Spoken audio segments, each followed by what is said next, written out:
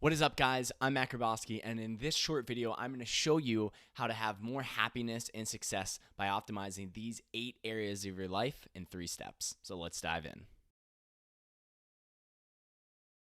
If you're not familiar, I'm a men's health and happiness coach who empowers men to master their mind, body, and spirit so they can have more freedom and more success in life. And one of the first things I do with my clients that has helped them immensely and myself is get clear subjectively and objectively on these 8 aspects of their life. And after I go over those, I'm going to go over the 3 steps to help you optimize and balance your own life. I found that life boils down to what makes you happy. Okay, this isn't something new or anything crazy. I'm sure you're well aware of it, that happiness is really important for your life and everyone else's. And once you get clear on that, then we can really start to go into your values, your beliefs, and really dig to the root of the motivation that will cause you to actually sacrifice and invest in yourself, meaning sacrificing short term for that long term game, which is really important when we set goals and we create a plan that is going to empower us to take action and to find success in life. Now, value systems, limiting beliefs, and the deep and nitty gritty of goal setting is something that they all could have their own videos on, and I'm not prepared, and nor am I going to go into extreme depth in those, but I want you to realize 2 things. Number 1, happiness is just an arbitrary term, meaning it's highly individualized, highly personalized, because what happiness means for me is going to be radically different than what happiness means for you. And number 2, what I want you to keep in mind while doing this process is our initial goal and our initial obstacles that we come up with, right? So I want X, Y, and Z, and I typically don't get those because of A, B, and C. Typically, those are like the surface level issue that isn't really the deep rooted problem that is keeping us from reaching those goals in the past, right? Because a lot of times you set out a goal that you've wanted to do for a while, right? That's why it's important to us, because we value it, and it's something. Most of the time, if I ask you if you want something right now, it's not something you just came up with. It's something that you've thought about for a while, right? And our body, our subconscious mind, which runs 99% of the decisions we make, that wants us to stay secure and safe, is not going to want us to get that introspective, to really dig down to the deep-rooted, deep-seated issues that are truly holding us back, because that's uncomfortable, that's stress, and that's putting us in a situation that isn't as secure as is staying in this place that we've always been. However, if you set a goal and you set some intention where you want to go somewhere else, here's safety and security, that place of unknowingness that is more success in our, let's say, our higher brain, our subconscious is like, no, that's uncomfortable. So that's the whole topic in itself. But realize that you got to dig deep a little bit. You got to get quiet, and I'm going to show you guys how to work through these things. And you're going to have to take your own time. If you're really invested and you're going to watch this video in its entirety, it's going to take a little bit of work and energy to get what you want. So if you're in it, I'm here for it. Stay around again for those 3 steps at the end where I walk you through this process of setting up this plan for more happiness and thus success in life. Now, a little caveat to that first point I just made about happiness being personalized, that is, and that still holds true. However, there are these aspects of a human life that we all want and we all essentially need, right? That personalization comes in where what takes precedent in your specific life in this specific time at this moment that you need to work on the most, right? In order to have that balanced, what I call like the wheel of life, okay? So I might be lacking in one aspect and really good in another, and that might be flip-flop for you. So for example, something that stresses me out a lot right now is financial security and looking into the future of saving and that kind of stuff. Because I am my own boss and I'm an entrepreneur, I'm not set up in a lot of ways that some of my friends are with companies with 401ks and different, health insurance and all that stuff. That's my biggest stressor in life. Whereas for you, right? Okay, and my physical health is one too. If you're familiar, you've been following me. I shattered my femur a while back, and it's been giving me some knee issues in the past couple weeks and month.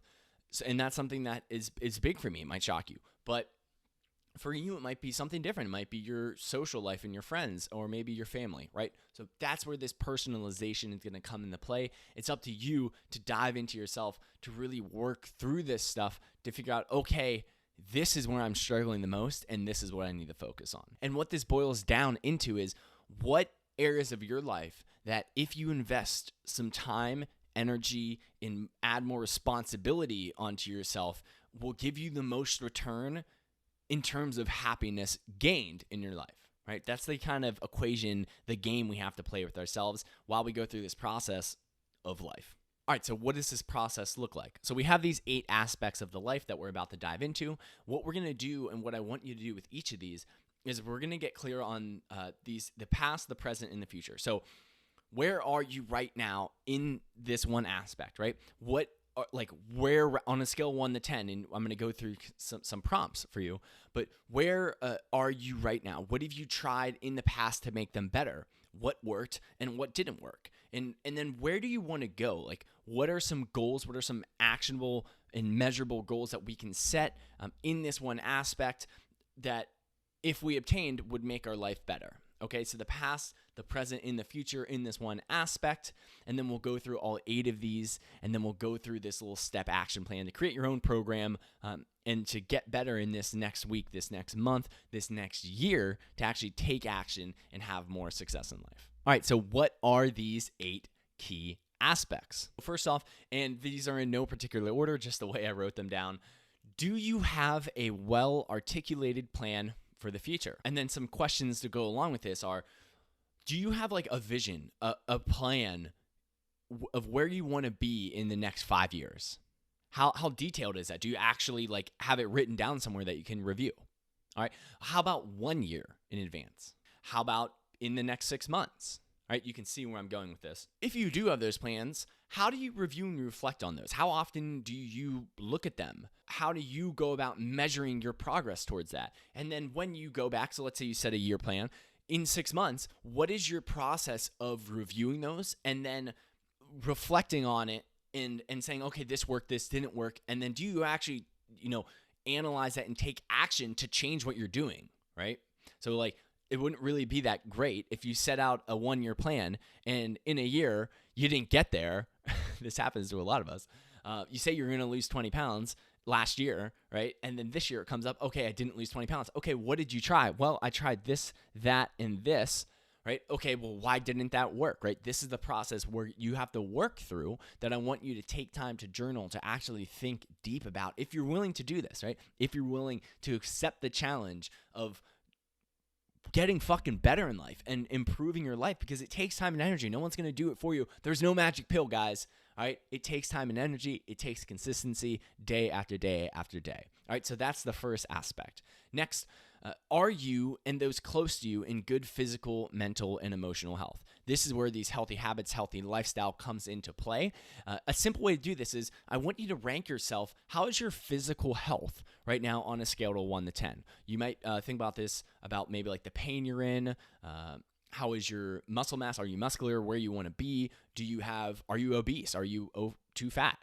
How is your energy levels? That sort of stuff. Why don't we rate that on a scale of 1 to 10? All right, now let's go into your mental health. How do you feel about yourself? Like, how happy are you, honestly, with where you are at in life, the goals you set out, the promises you keep, all that kind of combined? What's your mental clarity like in terms of goal setting? I think you guys get where I'm going with this. Let's rate that on a 1 to 10. And then lastly, one that I think is really important that I gave my own example is, how is your financial health? Because if you're familiar with Maslow's hierarchy, right, this triangle in the very bottom is like safety and security. If you, in this day and age, if you don't have the money to pay the bills, to pay your apartment's rent, to pay for water and food, then that is going to be an extreme stressor on your mental, emotional, and physical body, right? It's going to override everything. So are you in actual financial health, right? And then I brought up that one point, are those close to you? So are there people that you have under your wing that you're responsible for that are declining in health, right? Because that can be a huge stressor, and I think it falls into that category as well, because if someone we're taking care of, or someone we have to look after, whether that's a family member, whether that's a close friend, is really struggling, that's burdening a system of your body, and we need to get clear on what we can do to remedy that situation and what is the most efficient and effective action that we can truly take to make that situation better. And the next one is, do you have an adequate social life? And do you have some deep friendships? All right, so this is going to be different for everyone. Everyone has different needs in terms of this. Again, this is where this personalization comes in. Like, some people need tons of relationships and they want to be constantly out every week meeting new people. Other people are more introverted and are fine with the relationships they have. Again, let's just get clear on what you want. Okay, so how would you rate your social life and your friendships on a scale of 1 to 10? Based on your own standards. Like, what do you actually want? Don't kid yourself. Let's just be honest with ourselves. And then, do you have, I think this is a really good thought exercise.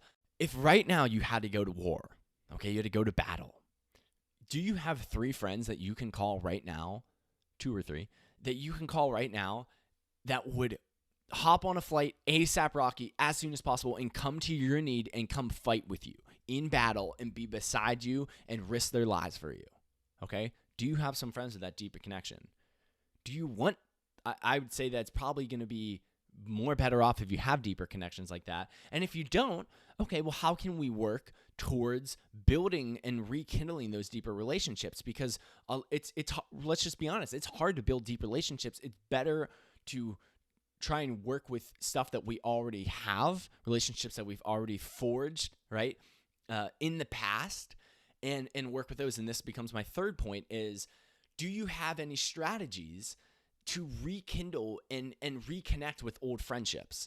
Something that I really like to do, and I borrowed this from Ben Greenfield, is I literally created an Excel spreadsheet with all of my friends from different categories. I have some college friends, home friends, and miscellaneous friends.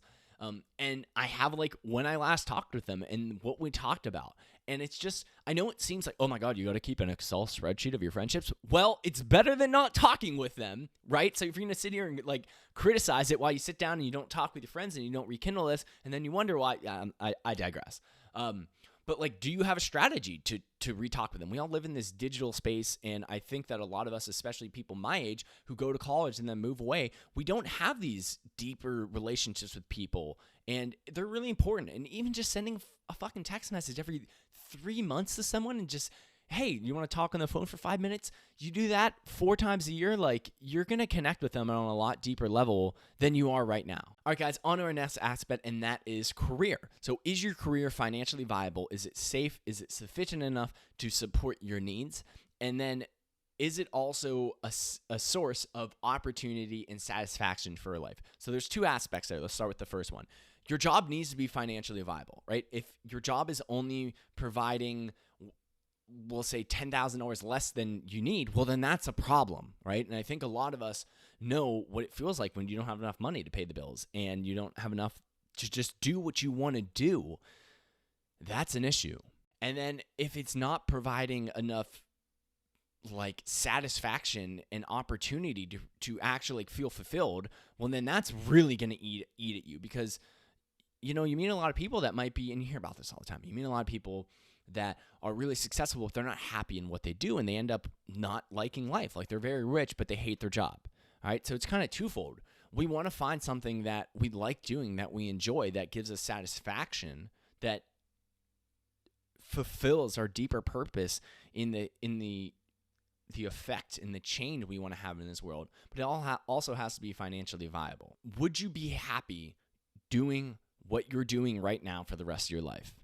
If not, can we create an exit strategy in the next 6 months, in the next year? Can we make a plan to develop some skills, go through some educational aspirations, get better at the skills you need to get a better job, so that whether that better job is more money, right, or just more aligned with your deeper purpose, right? Maybe it's the same amount of money, but it's better in a sense that it aligns with you more and it makes you happier. All right, guys, so we are halfway done. And the next aspect that we're going to look at is, what are you doing with your free time outside of work? Is it meaningful and is it engaging? What hobbies do you do outside of work, right?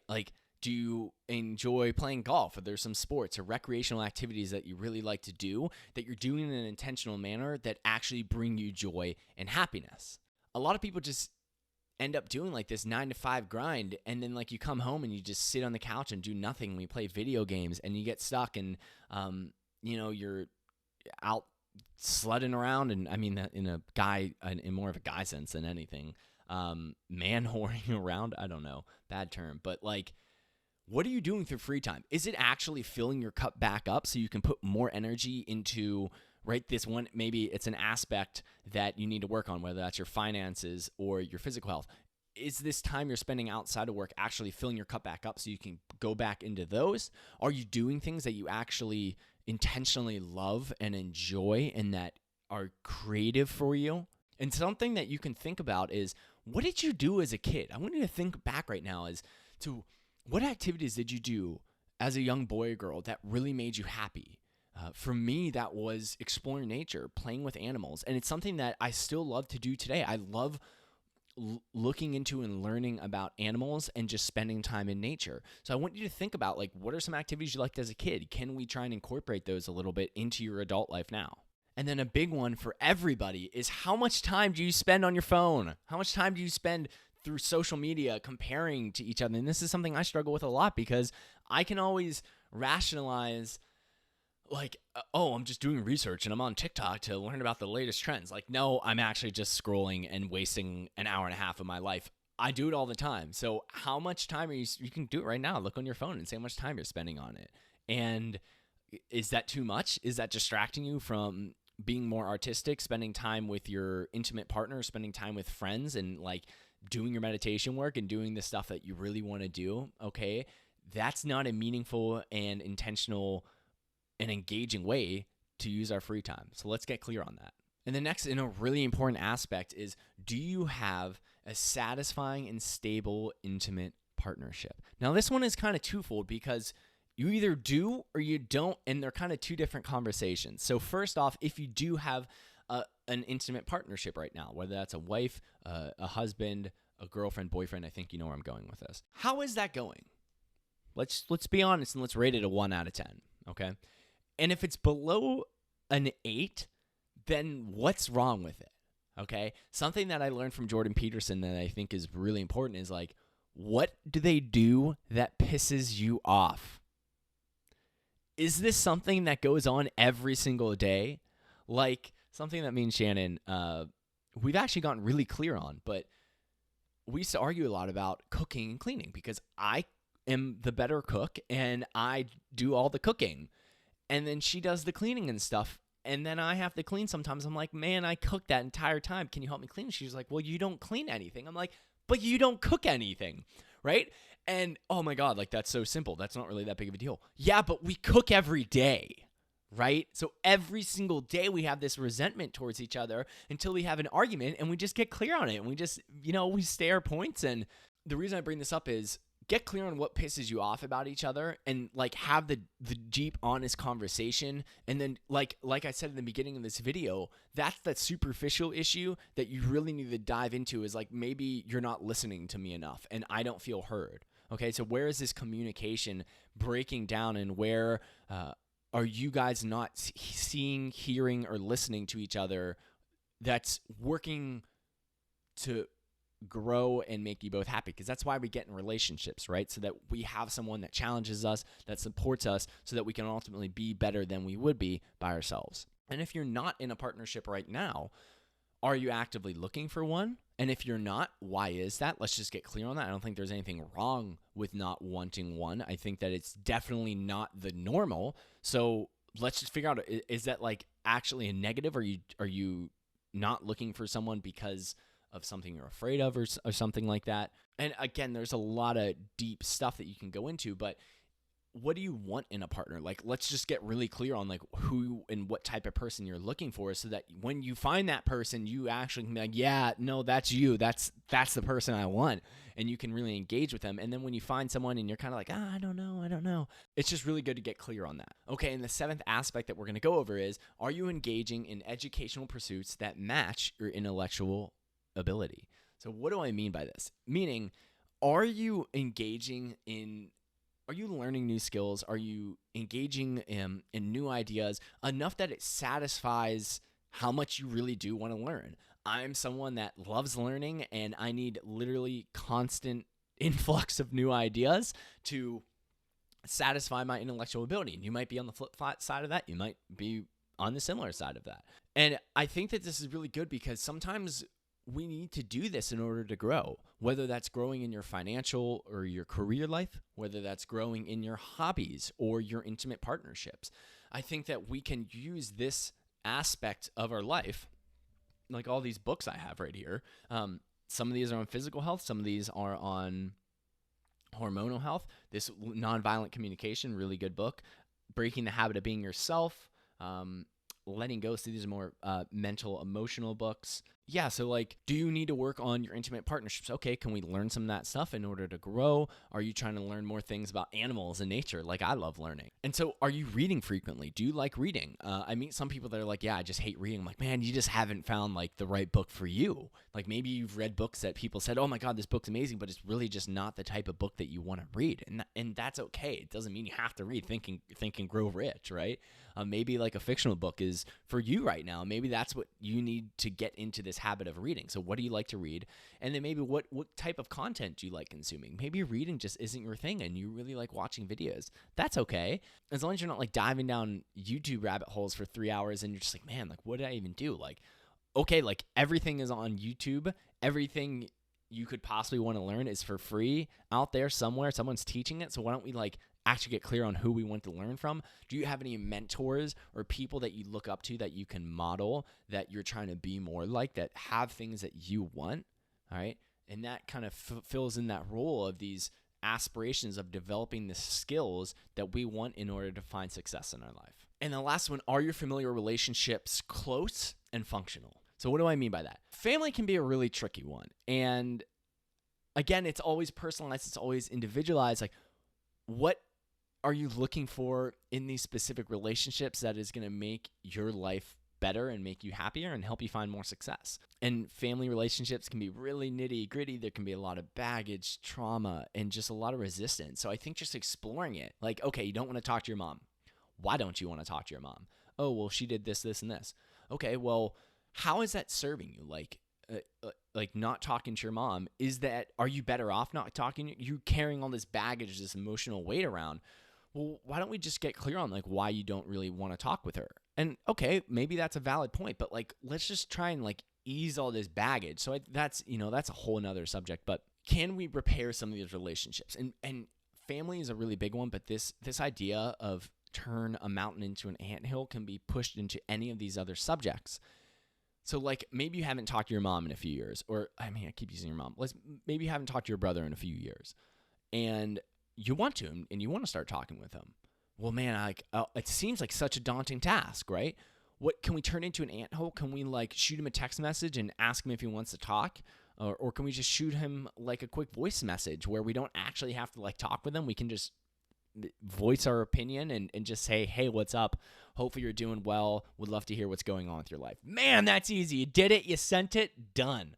Right? So how can we improve these familiar relationships to make them more functional, to make our lives more happy and more successful for ourselves and the people around us by turning those big mountains into anthills? And then also, like, what type of boundaries do you need to set up with your family? Do you have family members that are just encroaching on your life and it's really draining you? Okay, well, maybe you got to be fucking upfront with them and be like, hey, listen, like, I really don't want to talk about X, Y, and Z when we're together. I value your input, but right now it's I'm just not in place and it's draining me. And it makes me not want to talk to you. I still want to talk with you. I really value your relationship, but I don't want to talk about this. Is that okay?